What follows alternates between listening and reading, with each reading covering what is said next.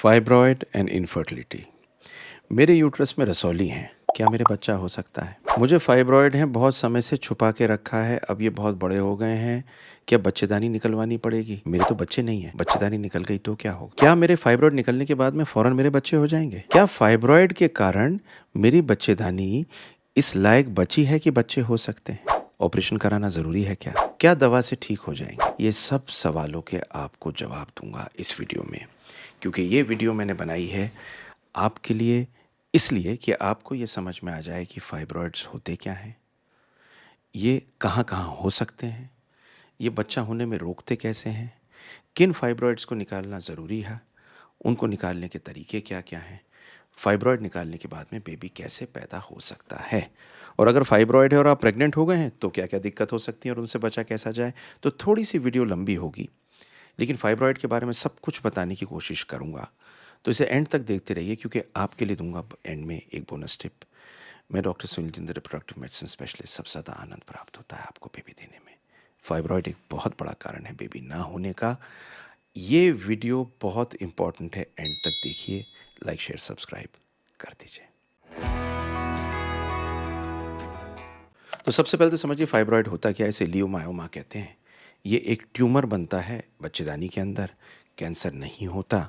और ये नॉर्मली जो बनता है, ये बनता है आपका मसल से, और मसल के साथ में फाइबर से।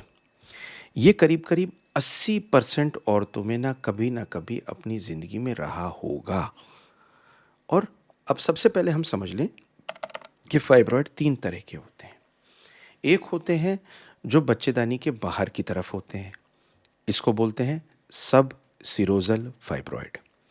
दूसरा होता है जो बच्चेदानी की दीवार के बीचों बीच होते हैं, इनको बोलते हैं इंट्राम्यूरल फाइब्रॉयड। और एक होते हैं जो बच्चेदानी के जहाँ पर बच्चे को रहना है, कैविटी उसके अंदर होते हैं, इसको बोलते हैं सब म्यूकोजल फाइब्रॉयड। इस वीडियो में मैं आपको यहाँ से शुरू करके बताऊंगा कि फाइब्रॉयड और फर्टिलिटी में संबंध क्या है। तो ये देखा गया है कि American society of reproductive medicine, ASRM, USA में होता है, जिसमें हर साल यूएसए जाता हूँ मैं।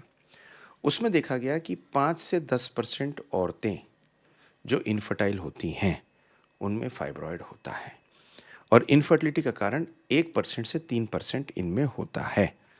अब फाइब्रॉयड जो कमरे में आ रहा हो सब सिरोजल, वो सबसे बड़ा कारण होता है इनफर्टिलिटी का और प्रेगनेंसी के लॉस का। मतलब प्रेगनेंसी हो गई, उसके बाद में आगे नहीं चली, सब सिरोजल फाइब्रॉयड जो कमरे के अंदर होता है। अब लोकेशन जो फाइब्रॉयड की होती है, फाइब्रॉयड का जो साइज़ होता है, फाइब्रॉयड की जो बनावट होती है, उस पे वो किस तरह से फेलोपियन ट्यूब को अफेक्ट करता है, अंदर की लाइनिंग को अफेक्ट करता है, पे आपकी फर्टिलिटी डिपेंडेंट है। कुछ स्टडीज़ ऐसी आई हैं जिनमें है कि 4 सेंटीमीटर के ऊपर अगर फाइब्रॉयड है तो प्रेगनेंसी रेट्स कम होते हैं। तो ये स्टडी मैं आपकी लिंक कर रहा हूँ यहाँ पे। अब और बहुत सारे कॉजेज़ हैं फर्टिलिटी के।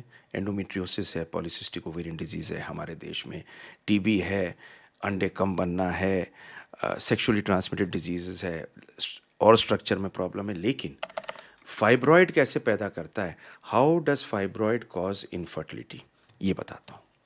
तो फाइब्रॉयड एक है, मैं एक आपको मॉडल ला के दिखाता हूँ। ये वाला, ये मॉडल है। तो ये फाइब्रॉयड है।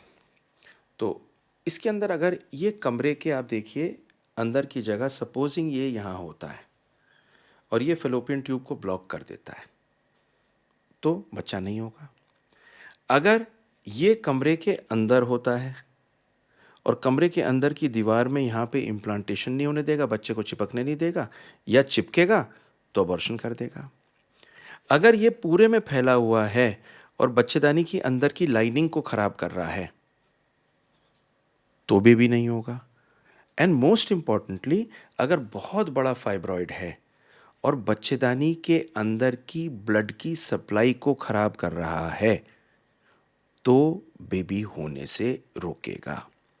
अब सवाल आता है कि साहब, ये सारी चीज़ें तो हम समझ गए, अब हमारी बच्चेदानी में फाइब्रॉयड, अब इसकी लोकेशन, साइज़, नंबर, टाइप से सब पे फ़र्क पड़ रहा है, और हमें ये समझ में आ गया कि ये निकालना है। तो सबसे पहले हमें क्या करना है? तो सबसे पहले तो एक फर्टिलिटी स्पेशलिस्ट या अपने गायनी पे जाइए, जो आपके ब्लड वर्कअप करें, अंदर की लाइनिंग देखें, आपके हार्मोन देखें और प्लान करें आपको निकालने की ज़रूरत है क्या। तो अब हमारे पास ऑप्शन क्या है? हमारे पास में ऑप्शन होते हैं दवा के रूप में जीएनआरएच एगोनिस्ट। ये दवा फाइब्रॉयड को थोड़ा सुखाएगी लेकिन फिर वापस आ जाएगा। दूसरा होता है लेप्रोस्कोपिक सर्जरी, जिसमें हम दूरबीन हम पेट में डाल के और इसको पेट से निकाल के इसे सी दें।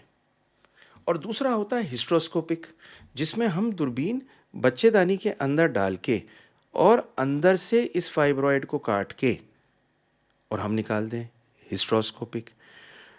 एक बात हमें समझनी है कि सर्जिकल रिमूवल ऑफ फाइब्रॉयड को मायोमेक्टमी बोलते हैं और मायोमेक्टमी बहुत से चांसेस में इम्प्रूव करती है।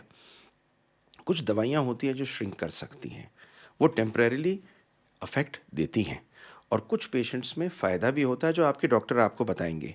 इसलिए ज़रूरी है कि डॉक्टर को आप दिखाएं, क्योंकि फाइब्रॉयड केवल बेबी पैदा होने में दिक्कत नहीं देता।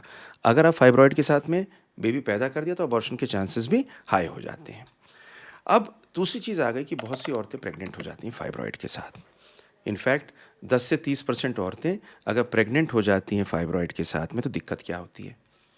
ब्लीडिंग हो सकती है, अर्ली प्रेगनेंसी में हो सकती है, बच्चा पैदा होने के टाइम पे हो सकती है, सीज़र की ज़रूरत पड़ सकती है।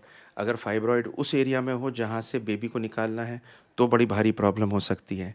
लेबर जल्दी हो सकती है, बेबी जल्दी हो सकता है, प्रीटर्म हो सकता है, प्लासेंटा चिपका हुआ ऐसा हो कि ब्लीडिंग बहुत दे।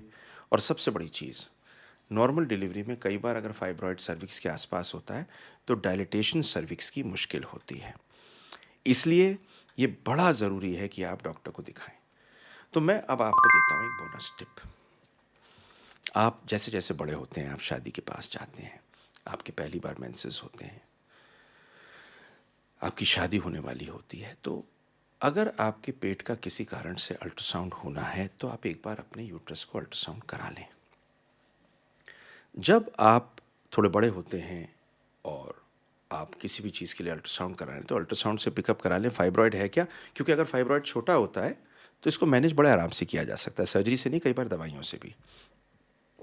अगर आप प्रेग्नेंट नहीं हो रहे, बेबी आपको चाहिए और फाइब्रॉयड मौजूद है, तो इस फाइब्रॉयड का कुछ ना कुछ अगर करना है तो आपकी डॉक्टर आपको बताएंगे, उनसे ओपिनियन ले लीजिए।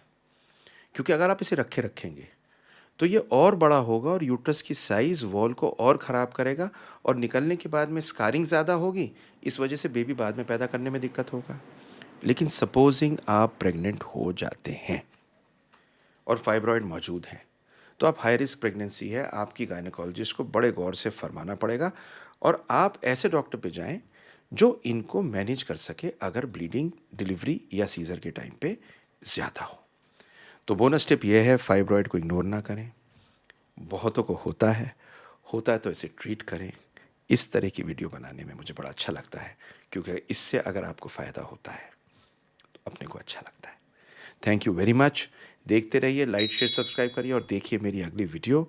शेयर इसलिए कर दीजिए अगर किसी और को फाइब्रॉयड और फ़ायदा हो जाए तो क्या बात है। Thank you very much.